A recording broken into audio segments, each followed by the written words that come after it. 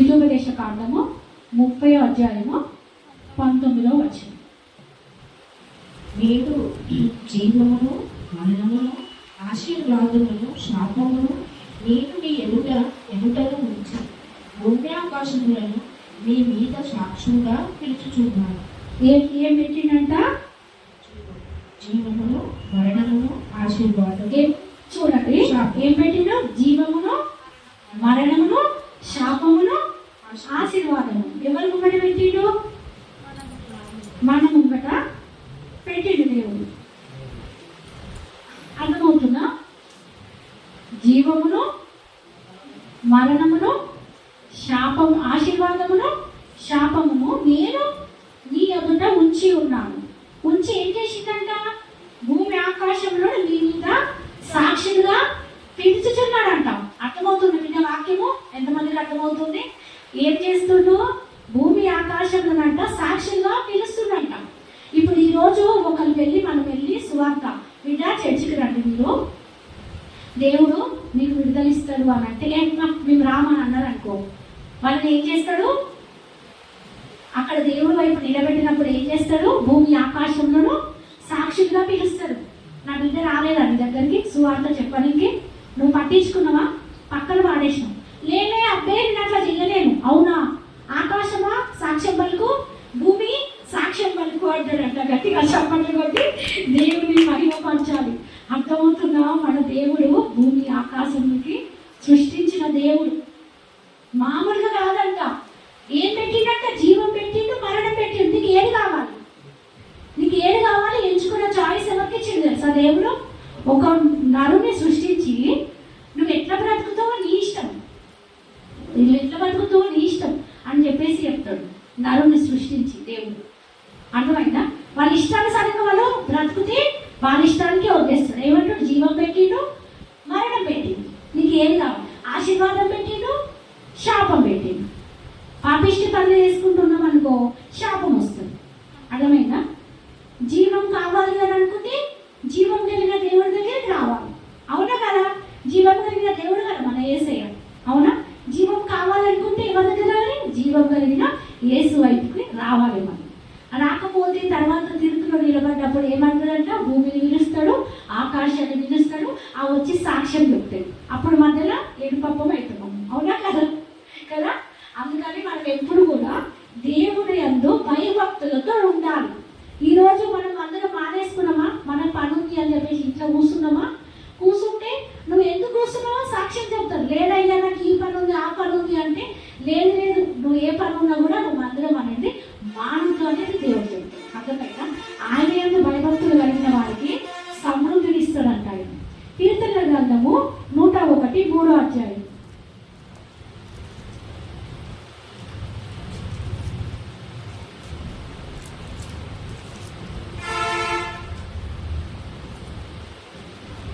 కన్నుల ఎదుట నేను ఏ దుష్కార్యమును ఉంచుకున్నాను. ఏమంటుడు దావీదు? నా కన్నుల ఎదుట నేను ఏ దుష్కార్యము ఉంచుకోను, చెడ్డ పనులు ఏవి కూడా నేను పెట్టుకోను, నా కన్నుల ఎదుట అని అంటుడు దావీదు. చదువు. భక్తి మార్గము కలిగిన వారి క్రియలు నాకు అసహ్యం. అబ్బా, చూసినావా ఎట్లా చెప్తున్నావు? భక్తి మార్గము తొలగిన వారు. దేవుడు భక్తి లేకుండా, అర్థమవుతుందా? దేవుడు భక్తి లేకుండా తొలగిపోయిన వాళ్ళు ఏమవుతారు? అసహ్యం, ఇష్టం ఉండదు. అంతే కదా? అంతేనా కదా? దేవుడు అంటే దేవుడు అంటే ఇక్కడే నన్ను అక్కడ వేసి దేవుడు అంటే చదువుతున్నాను. దేవుడు అంటే తెలియకపోతే, ఫస్ట్ స్టార్టింగ్ నుంచి తెలియకపోతే ఒకరు వచ్చి నీకు చెప్పినప్పుడు నువ్వు తెలుసుకున్నావు. నువ్వు తెలుసుకొని కూడా భక్తి మార్గం నువ్వు వదిలేస్తే ఏమైతుందో అసహించుకుంటారు. అట్లాంటి విషయం అర్థమవుతుందా? నేను మందిరానికి వచ్చి ఎంతమంది స్వస్థతలు పొందుకొని వెళ్ళిపోయారు? వాళ్ళందరికీ ఫోన్లు చేసి చెప్పాలంటే చెప్పనా? అమ్మ ఎందుకు వెళ్ళిపోయారు, ఏంటి రండి అడగనా? అడగను. కానీ ఎందుకు నేను అడగను? వాళ్ళు భక్తి అనేది లేకుండా చేసి దేవుడి శక్తిని చూసి, అమ్మ మీరు చర్చి మానవద్దు, చర్చి మానేస్తే దుష్టుడు మిమ్మల్ని ముడతాడు అంటే, ఆ మాట వీరు కూడా వదిలేసిండ్రు అంటే, వాళ్ళకి అంత ఉంటే ఆ మాట మనకేముండాలి? ఆల్రెడీ చెప్పినాం. చెప్పకపోతే ఒక బిడ్డగా నా తప్పు. అవునా? చెప్పినా కదా? చెప్పినాక కూడా వాళ్ళు అట్లా చేస్తే మనకి భక్తి మార్గము తొలగిపోయిన వారి క్రియలు నాకు అసహ్యం. అట్లాంటి వాళ్ళు అంటేనే అసహించుకోవాలి. నువ్వు దేవుడు అంటే తెలియని వాళ్ళకి వెళ్ళి చెప్పాలి. అప్పుడు ఆల్రెడీ దేవుడు అంటే తెలిసి దేవుడు భక్తి లేకుండా ఉన్న వాళ్ళని చూసినాం అనుకో, వాళ్ళని చూసి ఏం చేయాలి, పక్కన పెట్టేస్తున్నాడు దావీదు. సో దావీదు పక్కన పెట్టిందంటే మనం ఏం చేయాలి, మనం కూడా పక్కనే పెట్టాలి. అర్థమవుతుందా? వాక్యం అర్థమవుతుందా లక్ష్మి? తెలియనప్పుడు మనము పద్దాకులు చెప్పాలి. ఒకసారి చెప్పి వాళ్ళకి క్లియర్గా అర్థమయ్యేటట్టు ఎక్స్ప్లెనేషన్ ఇచ్చి కూడా వాళ్ళు అర్థం చేసుకోకుండా మందిరం మానేసిరంటే మన కాళ్ళకున్న దుమ్ము దులిపేసుకోవాలి. సైలెంట్గా ఉండాలి. ఏదో ఒక రోజు మళ్ళీ వచ్చి మోకాలు వేస్తారు. అర్థమవుతుందా? దేవునికి మహిమ. ఇక్కడ వరకు చదివిన భక్తి మార్గంలో నాకు అసహ్యము. మూర్ఖ చిత్తుడు నా యొద్ద నుండి తొలగిపోవలేను. మూర్ఖ చిత్తుడు నా యొద్ద నుంచి తొలగిపోవాలి. మనల్ని హింసించిన వాళ్ళు, బాధపడే వాళ్ళు, అది మనోడైతేమి మనదైతేమి, అవునా కదా? మన బాధ పెట్టే వాళ్ళు, హింసించిన వాళ్ళు మన పక్క నుంచి తొలగిపోమంటాడు. ఏమంటాడు? దేవుడు అందరినీ క్షమించమంటాడు కరెక్టే. కానీ అర్థం తెలియని వాళ్ళకి, ఫస్ట్ దేవుడు అంటే తెలియని వాళ్ళకి అర్థమయ్యేలాగా చెప్పి వాళ్ళకి క్షమించమంటాడు. అన్నీ తెలిసి తప్పు చేస్తుంటే అట్లాంటి వాళ్ళని పక్కన పెట్టుకోమంటాడు దేవుడు మనల్ని అంత బాధ పెట్టి దేవుడు కాదు కదా. అట్లాంటి మూర్ఖ చిత్తులు నా దగ్గర నుంచి తొలగిపోతూనే బెటర్ అంటాడు దావీదు. దేవునికి మహిమ. 2 రాజుల గ్రంథము 5 అధ్యాయము 6 నుంచి చదవము. ఇప్పుడు ఈ మాట జాగ్రత్తగా గుర్తుపెట్టుకోండి. నా కన్నుల ఎదుట, దావీదు అది కీర్తన ఉంది, నా కన్నుల ఎదుట నేను ఏ దుష్కార్యం కూడా ఉంచుకోనను. దుష్కార్యం ఉంచుకోనని దావీదు అంటాడు. దుష్కార్యం అంటే ఏంటి? చెడ్డ పనులు. దుష్కార్యం అంటే ఏదైనా చెడ్డ పనులు దుష్కార్యం. ఇది నేను ఉంచుకోవాలని దావీదు అంటాడు. అర్థమవుతుందా? చదువమ్మా కృష్ణ. 2 రాజుల గ్రంథము 5 అధ్యాయము 6 వచనం.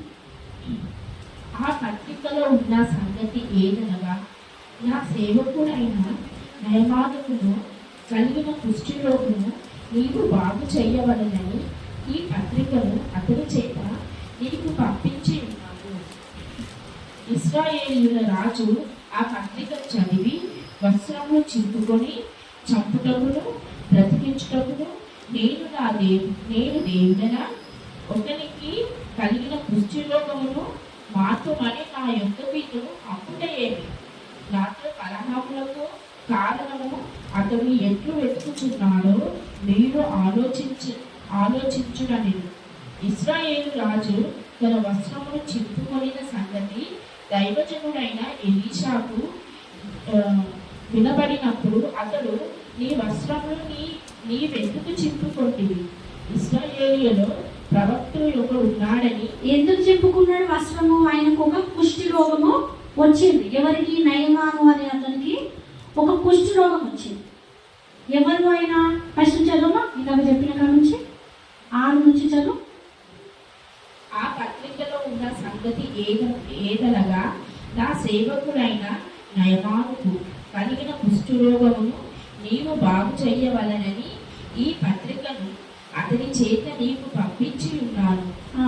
ఇశ్రాయేలు రాజు ఈ పత్రికను చదివి వస్త్రములు చింపుకొని చంపుటకును బ్రతికించుటకును నేను దేవుడనా, ఒకరికి కలిగిన చంపుటకు బ్రతికించుటకు నేను దేవుడినా, ఒకరికి కలిగిన కుష్ఠరోగమును మార్పుమని నా యొద్దకు ఇతడు పంపుట ఏమి? నాతో కలహమునకు కారణము అతడు ఎట్లు వెతుకుచున్నాడో మీరు ఆలోచించుడనిను.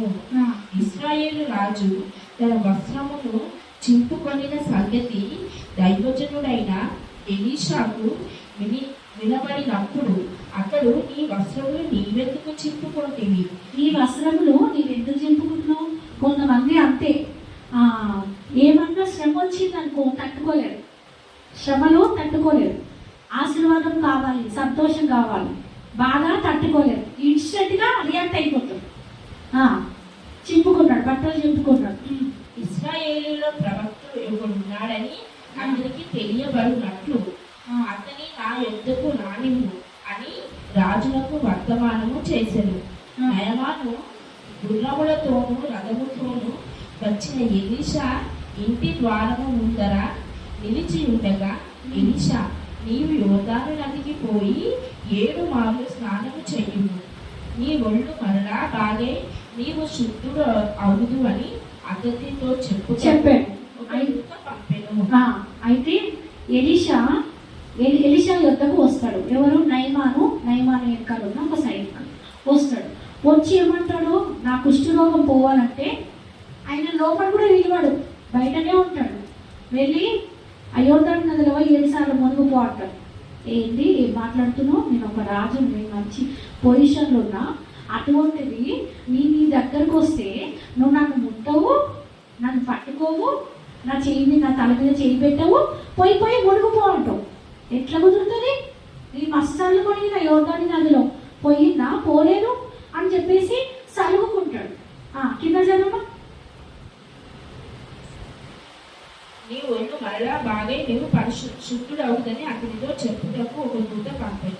అందుకు నయమాను కోపము తెచ్చుకొని తిరిగిపోయి ఇట్లా నేను అతను నా ఎదురుకు వచ్చి నిలిచి తన దేవుడైన యెహోవాను నామము బట్టి తన చెయ్యి రోగముగా ఉన్న స్థలము మీద ఆడించి కుష్టి రోగమును మార్పునని నేను అట్లా అనుకున్నా.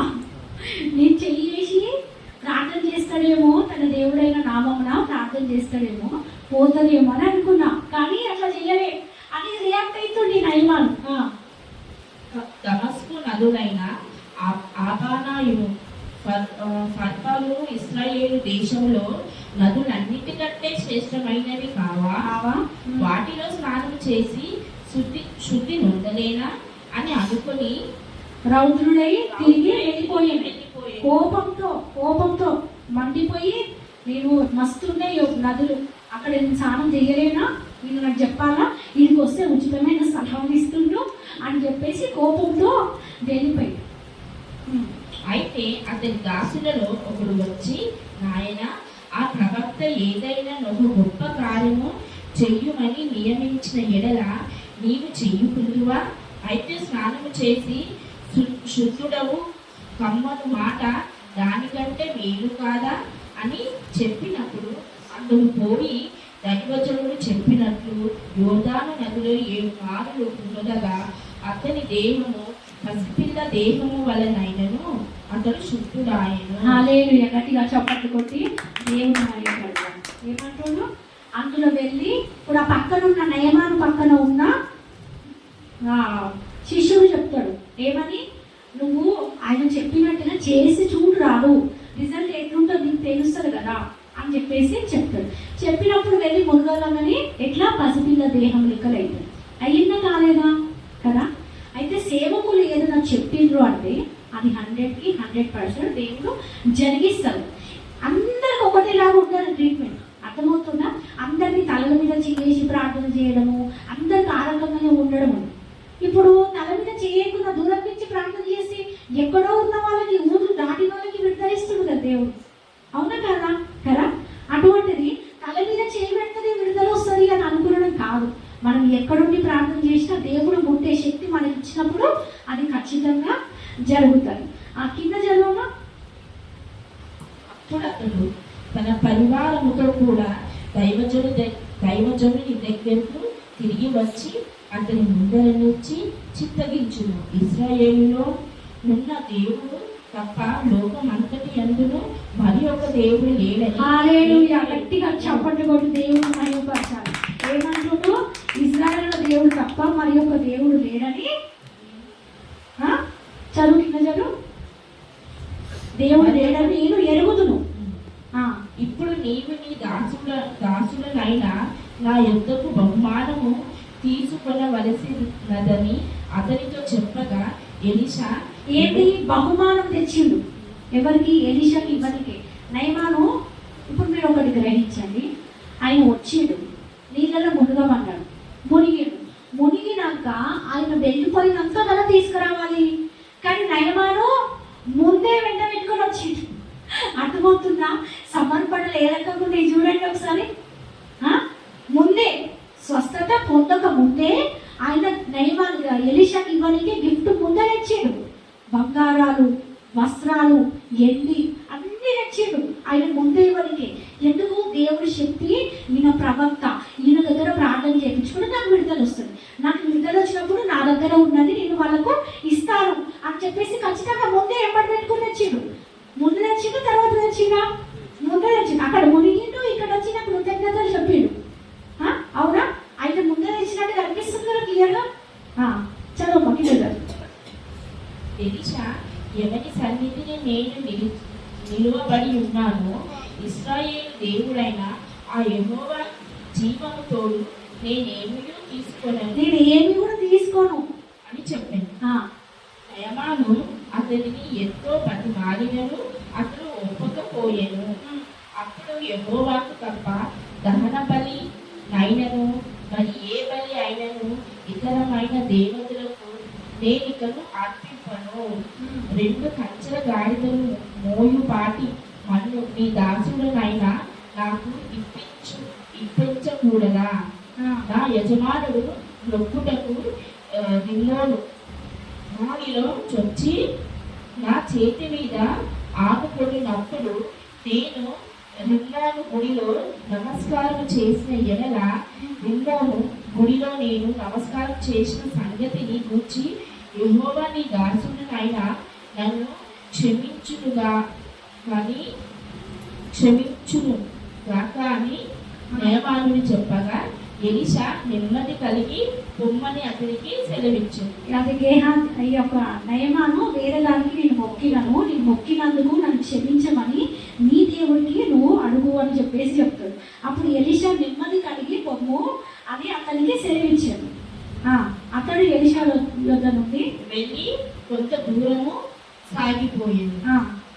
అంతటా దైవజనుడు ఎలీషాకు సేవకుడగు గేహాజీ సిరియానుడైన ఈ నయమానుని తీసుకొని వచ్చిన ఇది ప్రింటింగ్ వాటిని అంగీకరించుటకు నా యజమానునికి మనసు లేకపోయినా వాటిని ఇప్పుడు తీసుకొని వచ్చిండు.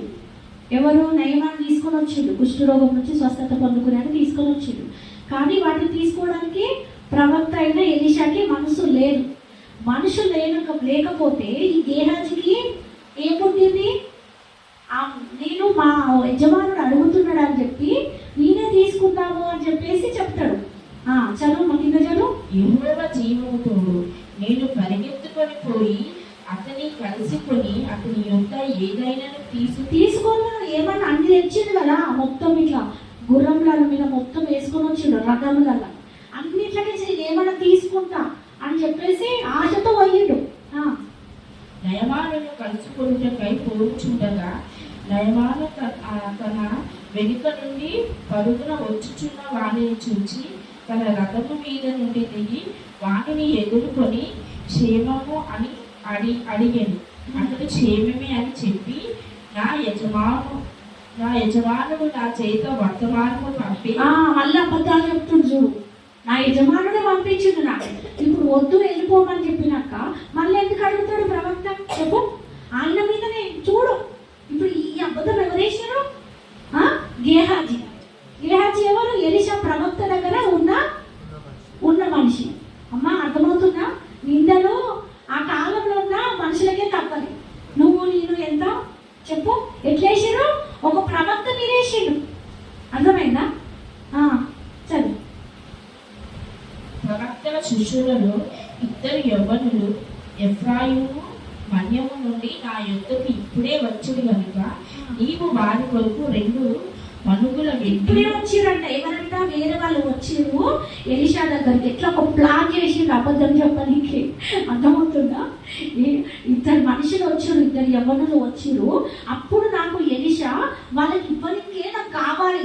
ఏమేమి కావాలంట? అడుగు చదువు. 2 మనుగుల వెండియు 2 దుస్తుల బట్టలను దయచేయమని సెలవిచ్చుచున్నాడు. నేను అందుకు నయమాను నీకు అనుకూలమైతే రెట్టింపు వెండి తీసుకో బాబు, నీకు నేను తెచ్చిన. మీ దైవజనుడు వద్దన్నాడు, నీకు కావాలంటే తీసుకో అన్నట్టు. 2 సంచులలో 4 మనుగులు వెండి కట్టి 2 దుస్తుల బట్టలనిచ్చి తన పనివారిలో 2 మీద వాటిని వెయ్యగా వారు గేహాజు ముందర వాటిని మోసుకొని పోయిరి. మోసుకొని పోయిరు. మెట్ల దగ్గరకు వారు మెట్ల దగ్గరికి ఎక్కడికి?